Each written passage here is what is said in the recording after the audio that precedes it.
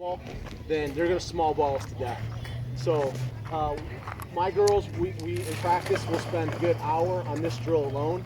All different variations from slap defense to bunt defense. I need a pitcher on the mound, please. We know that.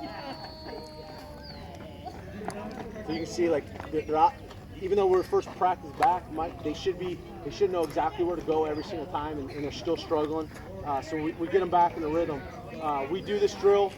It's a communication drill. I don't have my catchers, but what we do is we teach attack the triangle. So when you attack the triangle, because we're playing on a diamond, everything's a triangle. Okay. So my triangle with my corners up to one position. We should have our marker. Okay, marker. So our triangle with our corners is going to be our corners, our catcher, and our pitcher. See? So they're taught to teach our kids to bunt in the middle to create confusion.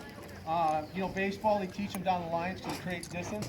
But really in softball, what we want to do is we want to get it in the middle of the diamond.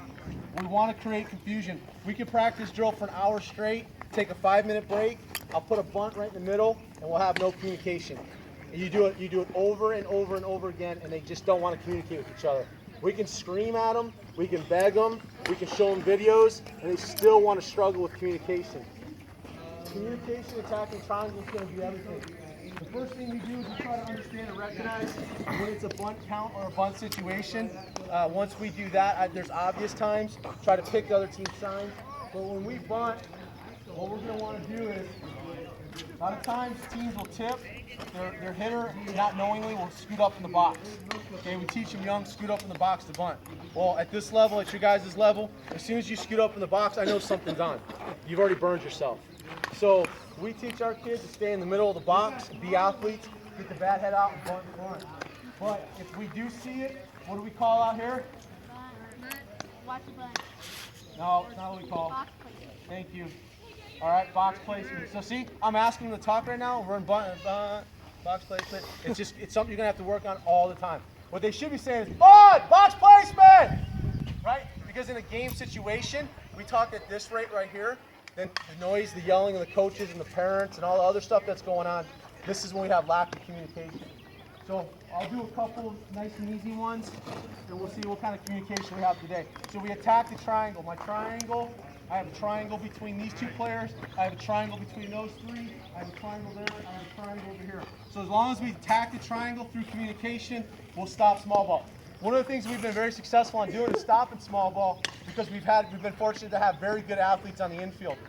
Those athletes, when we struggle, it's not because of athletic ability, it's because we don't communicate with each other. If we don't communicate with each other, it doesn't matter if you have an all Division I infield, you're going to get burned. Slappers 2-7, right? Hitting the last 4 inches, they're going to place it. If my catcher doesn't come out and attack the halo, which I wish our catcher's here, but our halo, if they don't attack that halo, we're going to die every time. There's no way I can expect my third baseman to come up in here and throw out a kid that's running 2-7, 2-9 to first base. Same thing with my first baseman. We do teach our pitchers to attack the ball as well. Pitchers are notoriously terrible infielders, no offense, Abby, but we never assume our pitcher's going to make a play because they never do. But we still teach them to attack the ball, but it's got to be through communication. We're very fortunate to have Carrie Pisada as one of our third basemen, our starting third baseman actually, and Carrie's very, very athletic and very, very loud. So let's see, here we go. We're going to run it. Okay. Placement. Bunt. It comes in, it's a throw, falls in the bucket, all it's going in coach, doesn't matter. Okay, we're going at a quick pace, we should be down and ready. Here we go. No communication, box placement. I'm almost out of the box, none of them say a word. It's the second round. Okay, so you switch in personnel, I'm in the front of the box, no one says a word. Very first thing that we're looking at is box placement, right? My first baseman has my best look on a right-handed hitter because I'm facing her. First basemans are notoriously quiet. They don't even want to say nothing. They see the whole play, right? You get a pop-up, and our catcher's looking for the ball, and our first baseman's kind of just coming in looking. They're notorious non-communicators. I don't know what it is, but they never want to talk. Okay? So here we go.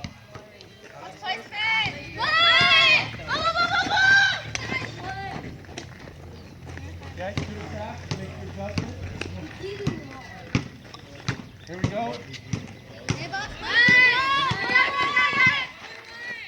Too high, too long. Okay, so what we see is we see first basemen that want to go down, they want to stand back up, and they want to make a throw.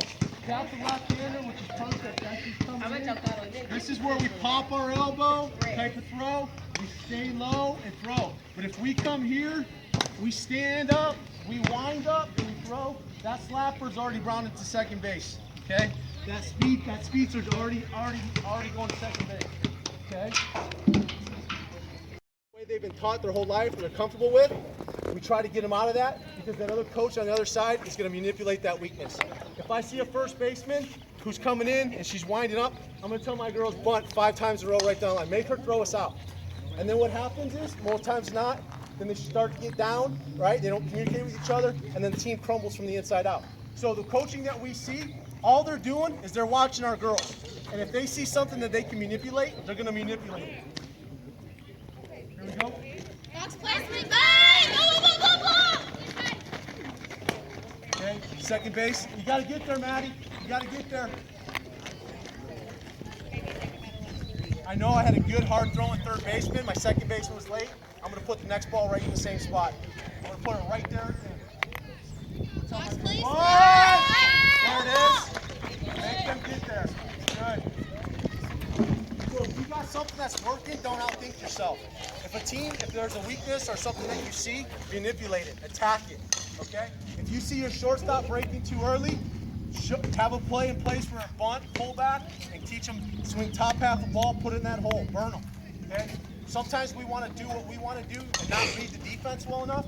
Read their defense. Call certain things. Call a bunt, pullback. See what they're doing. Watch the kids. You got a lazy kid out there who's kind of, bad attitude. I should be starting at shortstop, but I'm at second base this game. Manipulate her. Go at her. Attack her. She's not there. Box placement. Bye! You got it!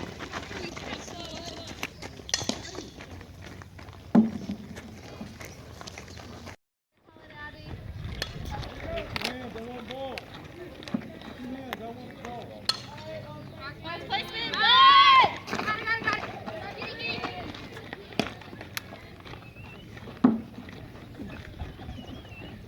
Box placement. Bye! Oh! Get there, second base. You're too late. You got to sprint to the bag. Box placement. Bye! Much better. Good job. Box placement. Bye! You got it!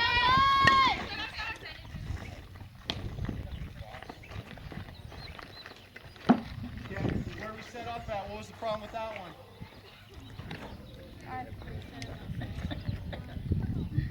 Second base didn't call where she wanted the ball. First baseman had no idea. Okay? Did she call us? Did we get outside?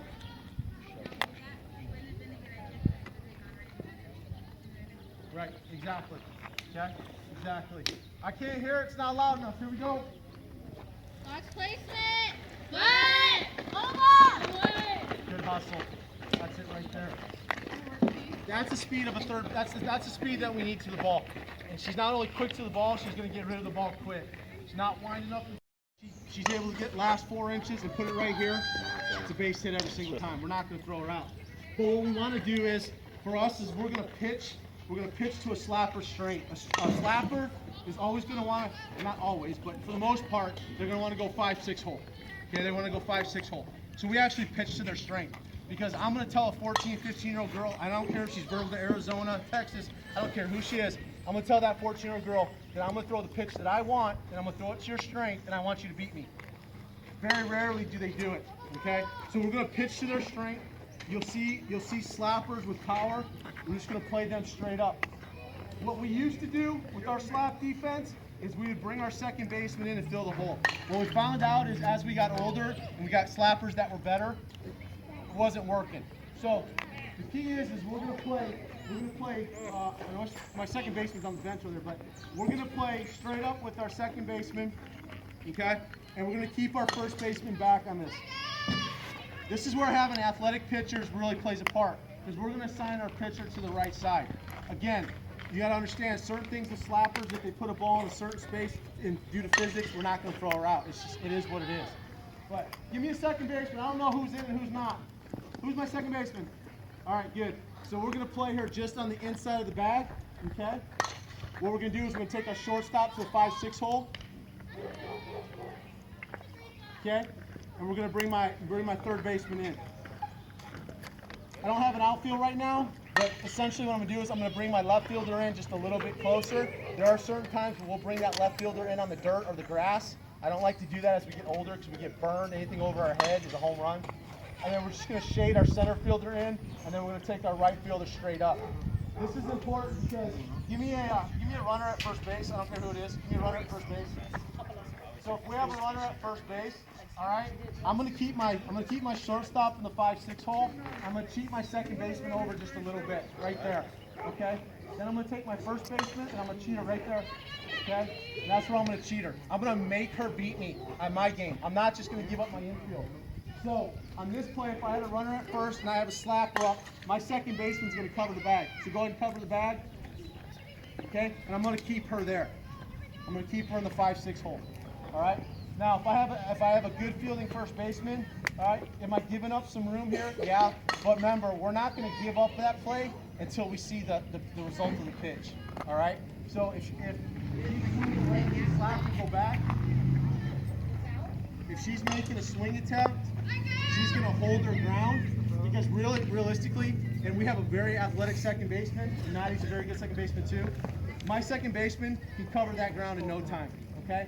But here's the thing, we go back to our first baseman. If my first baseman and the rest of my defense doesn't yell runner, then it's dead silent.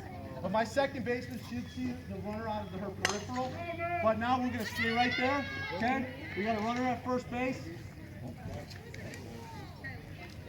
Okay, we got a runner at first base. Now in the event that my slapper does go there, okay? All right? But no matter what, I'm going to make sure of at least one, okay? If I have a runner at first base and the ball goes by, Maddie's going to cover, you're stealing, go. And I'm going to set up my second baseman, and that's who's going to cover. But the thing is I know that she's wanting to go 5-6 hole, so I'm going to keep my 5-6 hole strong. All right, you can put her off there. Let's go some slap for D. But do you still want me to run? No. Okay, slap for D, here we go. Slapper. Okay, here we go.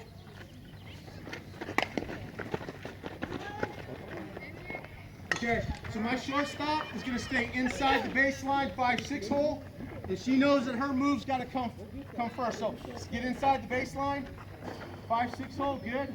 Not too much, just a little bit. There you go. And we're going to have to, yeah.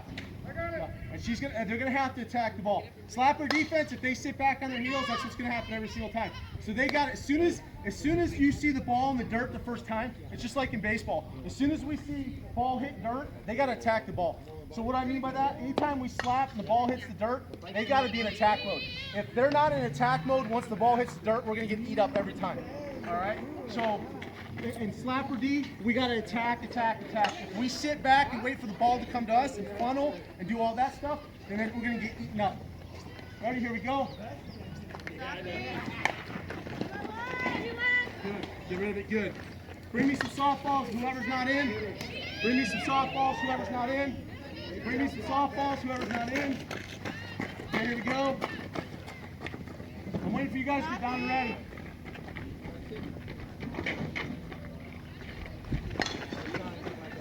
We have our catchers back. Give me my catchers, please.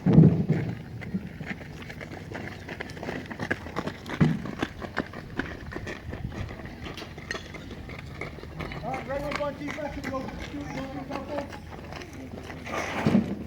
Here we go, on defense.